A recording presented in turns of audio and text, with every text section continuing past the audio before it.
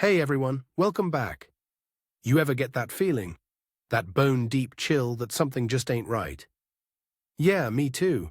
Tonight I'm going to tell you about the time I learned that silence can be the loudest, most terrifying sound of all. It was back in 2018. I'd just moved into this old Victorian house on the outskirts of town. Gorgeous place, all gables and stained glass, but you could tell it had seen things, lived a life. The kind of house where the floorboards groaned a little louder than they should, and shadows danced in the corners, even with all the lights on. I was stoked, though. Finally, my own space. Creative sanctuary, you know? The first few weeks were fine, settling in, unpacking boxes, trying to figure out why the downstairs bathroom was painted such a violent shade of pink. But then the footsteps started. At first, I thought it was just the house settling. Old houses do that, right?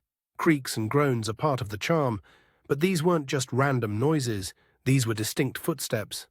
Heavy ones. Like someone was pacing back and forth in the hallway outside my bedroom. It always happened late at night after I'd gone to bed. The house would be dead silent, and then thump, thump, thump right outside my door. My heart would hammer against my ribs, every single night. I tried to rationalize it. Maybe it was the wind.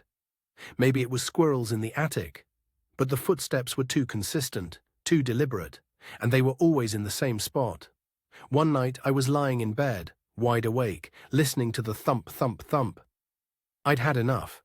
I threw back the covers, grabbed a flashlight, and yanked open the door. Nothing. The hallway was empty. The only light came from the moon streaming through the window at the end of the hall. I shone the flashlight up and down the hallway. Nothing. No shadows, no movement, just silence.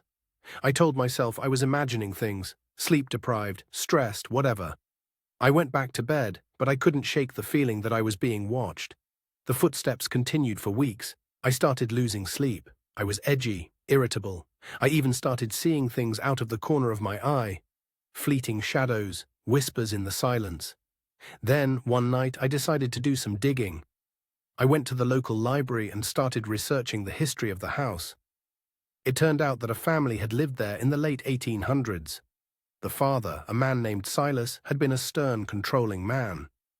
He'd paced the hallway outside his daughter's room every night, making sure she was in bed and behaving. And then I found it.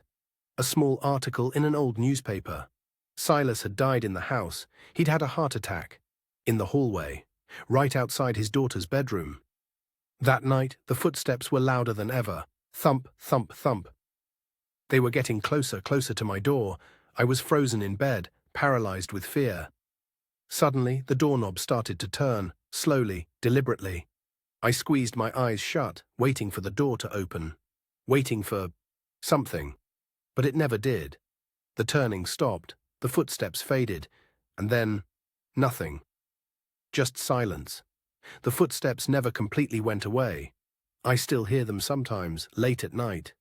But they're fainter now, more distant. I like to think that Silas finally found some peace, or maybe he just realized I wasn't his daughter. Look, I don't know what's really going on in that house. Maybe it's just my imagination.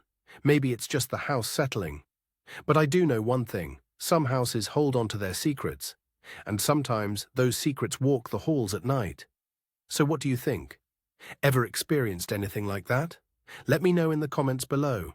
And if you enjoyed this story, give it a like and subscribe for more chilling tales.